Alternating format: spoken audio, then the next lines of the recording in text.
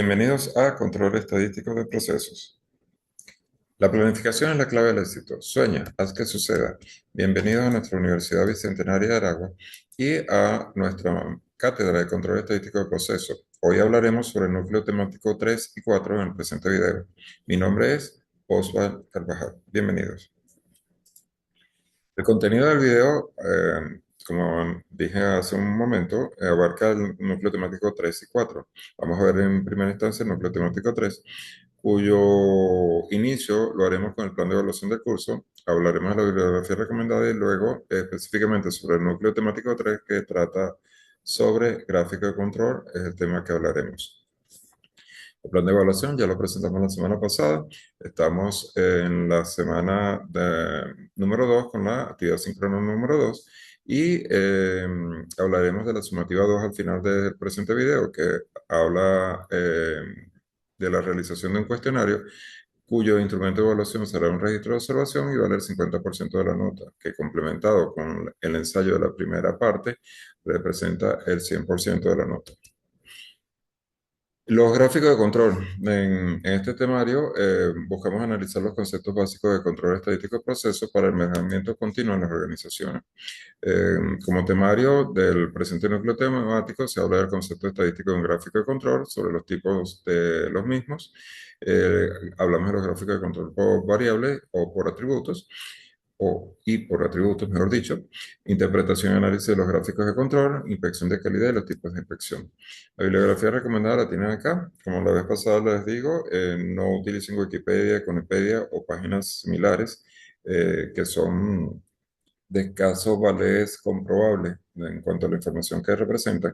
Igualmente blogs, no utilicen blogs, ni la inteligencia artificial, ya que, repito, creo que la idea es que ustedes aprendan, no que la máquina aprenda. La idea es que desarrollen investigación para que lean y aprendan y afiancen los conocimientos del presente núcleo temático.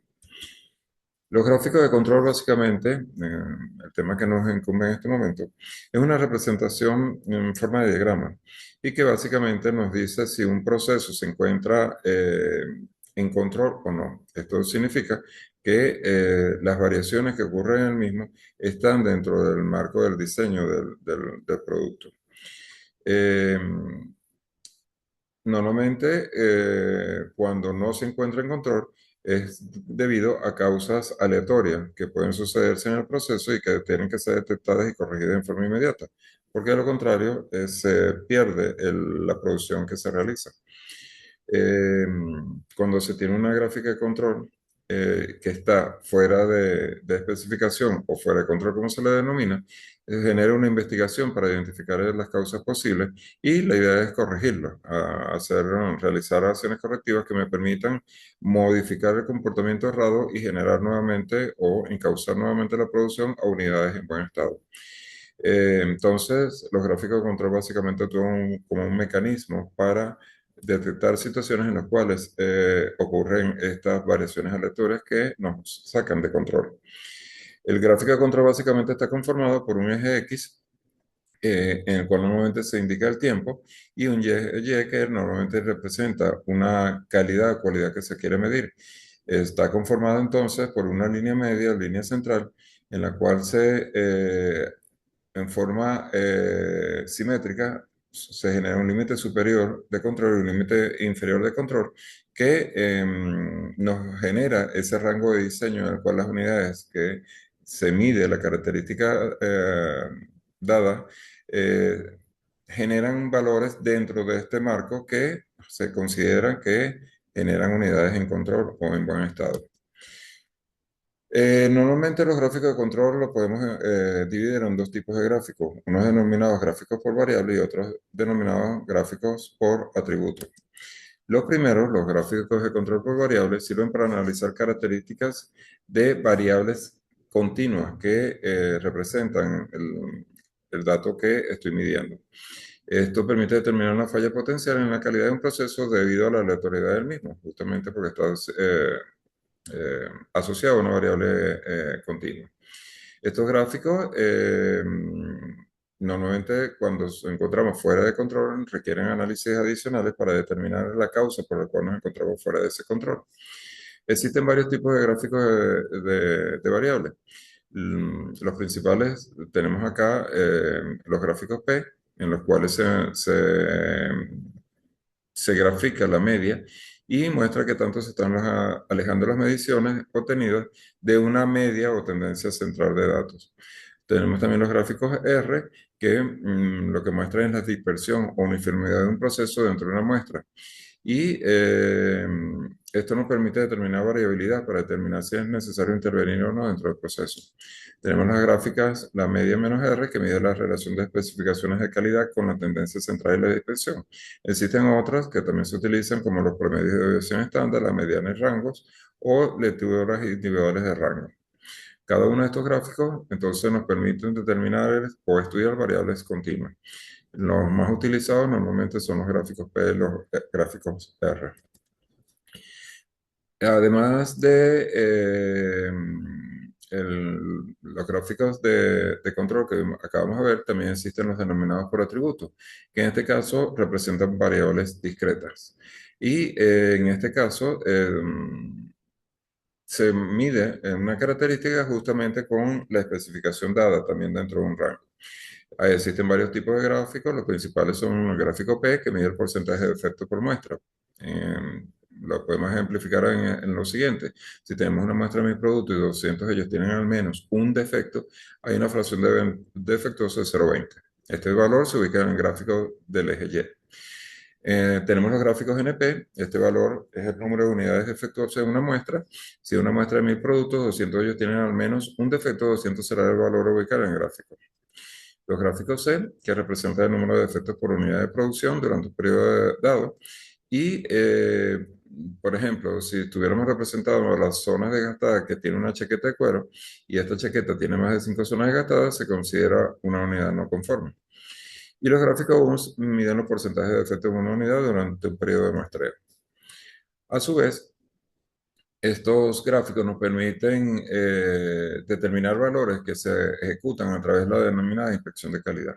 La inspección de calidad básicamente mide las características de calidad de un producto, como sus componentes, de qué está hecho, o el servicio si es un servicio al cual se está midiendo, y que utiliza para ello algún instrumento de medición, algún patrón de comparación o equipo de prueba y ensayo, para determinar si cumple o no cumple la especificación dada. Básicamente, con la inspección de calidad se trata de prevenir que salgan unidades en mal estado hacia fuera de la línea de producción. Durante esta inspección de calidad se pueden conseguir básicamente dos tipos de error. Los errores tipo 1, en los cuales se origina al rechazar un producto siendo este correcto o cumpliendo con todos los parámetros de buena calidad. Y el error tipo 2, en el cual se da como buena una muestra que en realidad no se encuentra dentro de los parámetros válidos de calidad y es admitida aunque tiene efectos no deseados. Estos dos tipos de errores son los que usualmente se presentan en una inspección de calidad. Ahora, la inspección de calidad se puede clasificar dependiendo de algunos factores. Por ejemplo, si lo clasificamos según el número de artículos inspeccionados, podremos tener inspecciones del 100%, en el cual se verifica el universo completo de las unidades producidas. Inspección por muestreo, que se basa normalmente en alguna tabla estadística o algún basamento estadístico que nos permite determinar un tamaño de muestra y una confiabilidad en la inspección. La inspección por comprobación, que permite grandes cambios en los niveles de calidad con muestras pequeñas, y inspección cero, en la cual no se realiza ningún tipo de inspección. Según la etapa del flujo de producto, tenemos inspección en la recepción, en la parte intermedia o del proceso en sí, en la inspección del producto terminado o la inspección previa a la entrega. También ocurre de la inspección durante la entrega o del producto almacenado o la inspección de auditoría, que es básicamente para comprobar y diagnosticar si la garantía de calidad y las inspecciones normales están funcionando normalmente, o una inspección por terceras partes que incluye, por ejemplo, empresas privadas de inspección, llámese auditores o el gobierno o grupos de consumidores en caso tal de que esté permitido. Con este breve bosquejo vemos lo que es la unidad temática 4, o el inicio de la unidad temática 4, que ahora vamos a hablar sobre capacidad de procesos. Nuevamente, en esta parte vamos a hablar del plan de evaluación, la bibliografía recomendada, la capacidad de proceso y por último sobre nuestra actividad sumativa número 2. La unidad de competencia en este caso nos lleva a que vamos a determinar la variabilidad natural de un proceso para mejorar la gestión de calidad de las organizaciones. Y tenemos una serie de temas de estudio, entre ellos capacidad de proceso, paso de un estudio de capacidad de proceso, identificación del patrón de variabilidad, métodos de estimación, cálculos de índice, construcción de intervalos de confianza, comprobación de la normalidad de los datos, índices CPA y CPK, variabilidad a corto y largo plazo, potencialidad del proceso y la generación de los índices P y PPK. La bibliografía, muy similar a la anterior, completamente válido, libros del área de estadística o de control estadístico de la calidad. Ahora, este tema nos lleva a unos conceptos que son muy utilizados en la industria o en las líneas de producción. El primero de ellos es la capacidad de un proceso, que es el rango de variación que en condiciones normales un proceso tiene debido a variables que ocurren en forma accidental. También indica el grado de aptitud que tiene un proceso para cumplir con las especificaciones técnicas deseadas.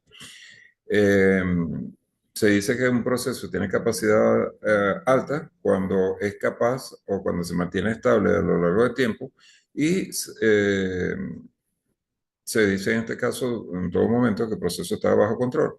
Cuando no ocurre lo contrario, sino que estamos fuera de él, el proceso no es adecuado o estamos fuera de control. Los pasos para determinar la capacidad de un proceso, básicamente se determina la característica de la calidad que se quiere medir, por ejemplo, temperatura, peso o alguna dimensión. Se controla el proceso eliminando todas las variables asignables o atribuibles al proceso que lo puedan afectar y se toma muestra de proceso, no menores de 50 y con un mínimo de 250 elementos por cada una de ellas. Se calcula la medida y la desviación estándar mediante las fórmulas usuales de estadística que conocemos y se calculan los límites del proceso, que básicamente están representados por una distribución normal y que hablan de un límite de control que es la media, un límite superior al control que es la media más tres desviaciones y un límite inferior al control que es la media menos tres desviaciones. Se comparan los datos obtenidos con las especificaciones dadas, o sea, con lo que es el límite inferior de especificación y el límite superior de especificaciones. Si se encuentran fuera del rango, indica que hay que revisar detener el proceso, revisar qué es lo que está pasando, porque se están generando unidades con defectos. Si, por ejemplo, en esta gráfica nosotros tenemos el límite de control, el límite superior de control, el límite inferior de control y los límites de especificaciones superior e inferior, cuando tengamos los límites de control dentro de los límites de especificación, diremos que el proceso está produciendo unidades en buen estado. Si se ocurre lo contrario, estamos ante un proceso fuera de control. Fíjense que en este caso el límite de control está acá, el límite inferior de control está acá y el límite superior de control está acá. Y como se ve, el límite inferior de especificación está por encima del límite inferior de control, ya, y el límite superior igualmente con el límite superior de control. Esto origina entonces que se están generando unidades defectuosas. Por lo tanto, hay que revisar. Además de esto, existen las medidas de dispersión que básicamente eh, tenemos como muy conocida la varianza de la desviación estándar y que nos permiten entonces eh, determinar qué tan variable es un proceso que estemos estudiando, ¿no? El intervalo, esto genera también lo que se denomina un intervalo de confianza que describe la variabilidad entre la medida obtenida en un estudio y la medida real de la población, el valor real. Y normalmente corresponde a un rango de valores. Si observan la tabla, les debe ser conocida. Esta primera parte, con una confianza de 0,90, 0,95, 0,99, tenemos la entrada a una tabla normal cuyo Z nos genera unos 6,45, unos 9,60, unos 5,75 y eso nos genera un intervalo de confianza en forma superior o en forma inferior, que básicamente es la media, más o menos ese valor de z por la desviación entre raíz del número de elementos estudiados. Estos intervalos de confianza entonces nos permiten determinar con una probabilidad dada o una confianza dada, ver cómo es nuestro proceso, qué tan centrado está nuestro proceso. También tenemos, que es muy utilizado en la industria, el denominado índice de capacidad, CP, que básicamente refleja la capacidad que tiene el proceso para producir piezas de acuerdo con las especificaciones. Se calcula como la diferencia entre el límite superior menos el límite inferior de las especificaciones entre seis desviaciones. Este valor se compara con el ancho de las especificaciones o con la amplitud de la dispersión del proceso y nos genera entonces una clasificación. Si ese valor CP es mayor que 2, se habla de unidades que tienen clase mundial, o sea, que tienen una calidad denominada 6 sigma. Eso implica que es el top 10, por llamarlo de alguna forma, de la calidad de producto. Si se encuentra entre 1.3 y 2, es clase 1, es más que adecuado. Entre 1 y 1.3 es clase 2, es adecuado para el trabajo, pero requiere un control estricto conforme el CP se acerca a 1. Si se encuentra entre 0,07 y 1, es clase 3 y es no adecuado para trabajo. Un análisis de procesos necesarios requiere modificaciones serias para alcanzar una calidad satisfactoria. Y menor que 0,67 es clase 4 y es no adecuado para trabajo. Y aquí sí tenemos que replantearnos probablemente todo el proceso productivo para ver por qué estamos generando unidades defectuosas. Em, este índice se modifica em, para ver dónde se localiza la medida de proceso. Se le denomina índice modificado y se le conoce como índice de capacidad real, CPK. Y no es más que el valor entre, el menor valor entre la media menos el límite superior de eh, entre tres desviaciones o el límite superior de especificaciones menos la media sobre tres desviaciones. Si estos valores, eh, cuando son iguales al CP, es que se encuentran justamente en la media o en el punto central. Si no, está desplazado y este será menor que el CP. Si obtenemos valores mayores a 1 de SPK, indica que el proceso está fabricando artículos que cumplen con las especificaciones. Si es menor a 1, estamos fuera de especificaciones. Y si es 0 o negativa, indica que la medida de proceso está fuera de las especificaciones dadas. Por lo tanto, el CP mide la capacidad potencial del proceso, mientras que el CPK mide la capacidad real del mismo. Otro concepto muy utilizado es la potencialidad del proceso. Prevé ello, hablamos de la habilidad potencial del proceso que satisface o no las especificaciones dadas en un momento determinado. Se calcula como tres veces las desviaciones, que no es más que en una amplitud de 6 sigma. Si el CP es mayor que 1, indica que el proceso es capaz de satisfacer a nuestros clientes. Sin embargo, en la industria se requiere un margen de error, por lo que se debe buscar que a su vez el CP sea mayor que 1.5. Ahora, si el CP, la capacidad del proceso, es mayor que la habilidad potencial del proceso, implica que el proceso es capaz de satisfacer más y mejor al cliente y por lo tanto debe acoplarse a las medidas del proceso y de las especificaciones para lograrlo. Si ambos valores son iguales, el CP y el HP, se satisfacen adecuadamente las especificaciones del cliente y si es menor el CP al HP, el proceso no es capaz de satisfacer las especificaciones del cliente, por lo tanto hay que replantearse la fabricación de las mismas. Igual que en el caso de CP, existe el PPK, que es la variabilidad a largo plazo. En este caso se tiene en cuenta la variabilidad introducida en la deriva, por la deriva del centro del proceso y la inestabilidad de este. Se calcula como el límite superior de especificación menos el límite inferior de especificación sobre 6 sigma. Y el PPK se calcula como el menor valor entre la media menos el límite inferior sobre tres desviaciones o el límite superior de especificaciones menor la media sobre tres desviaciones. Entonces, a modo de resumen, cuando trabajamos a corto plazo y el proceso está centrado, medimos CP. Cuando no está centrado, medimos CPK. Cuando nos desplazamos hacia el límite superior, se mide el CPU y cuando es al límite inferior es el CPL. En largo plazo sucede en forma similar. El PP se utiliza cuando el proceso está centrado, el PPK cuando no está centrado y el límite inferior PBU o el límite superior PPL cuando nos encontramos tanto el límite superior como el límite inferior. Estos valores, repito, son utilizados mucho en la industria para determinar si un proceso está centrado o no.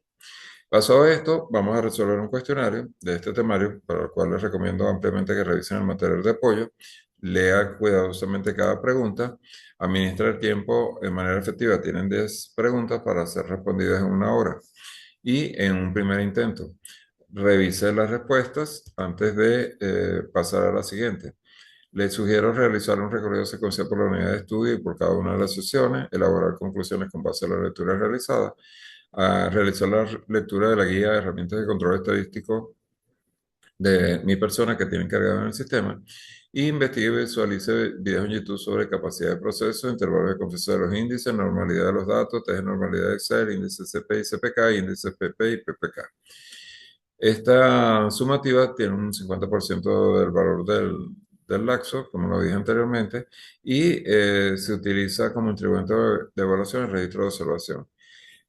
Toma en cuenta que tiene hasta 3 intentos posibles para lograr el objetivo de obtener la mayor calificación posible. La fecha de entrega va comenzamos el 9 de diciembre hasta el 27 de diciembre. Por favor, traten de hacerlo antes, no lo dejen para última hora por si se les va la luz o algo similar. Damos un periodo corto, no va a haber más prórroga. Si no entregó el 27 antes de la medianoche, lamentándolo mucho, no se aceptan trabajos posteriormente. Así que tomen sus previsiones. Cualquier duda, pregunta, lo pueden realizar a través del foro de duda o de la mensajería. Ya se nos acabaron los encuentros síncronos. Normalmente la mensajería la reviso en forma diaria, de tal forma que los puedo atender en cualquier inquietud que tengan a bien disponer. Para mí es un placer trabajar con ustedes. Espero que aprovechen este periodo. Los espero con sus preguntas a través de la mensajería y completamente a la orden. Hasta luego.